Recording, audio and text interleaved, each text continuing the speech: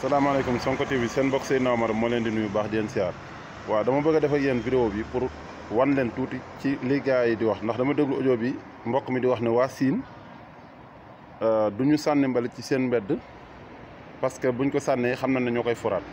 dama leen découvrir li tax wan leen maanaam pour ngeen xam li tax ñoom seen mbalit duñ sànni mbalit maanaam pour seen mbedd taxul quoi yenn rek moo leen ci tuuti ngeen xam pour ngeen mën a comprendre incha allah. léegi dama bëgg ngeen xool lii paanu mbalit la gis ngeen ko lii benn la ci buntu bitik boobu gis ngeen léegi ngeen di gis ne paanu mbalit la léegi damay dem sax wan leen ko bii pour ay verre ay butéel la bii gis ngeen yii rang bii nii gis ngeen ko lii nii pour ay yére la gis nga pour ay dàll lépp donc fii la ñuy jëlee fëgg jaay ñuy indi ci réew ma dañ koy fóot ba mu set def ko ci yii nii mu ngi nii fii ngay jël mu ngi nii gis nga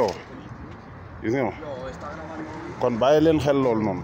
gars yi bu leen jàpp bu leen gars yi nax dañoo def fu ne paanu mbalit gis ngeen ni ngeen gisee paanu mbalit ni mu rangee nii gis ngeen ko rang bële 5 a ngi nee rang yee rek 5 la gis ngeen yi waat 4 a ngi waat nii ah léegi ngeen ñëw yu ndaw rek dafa amaat yeneen yu ndawaat yu nekkaat fii bu leen kenn gëlëmloo maire yi dañuy liggéey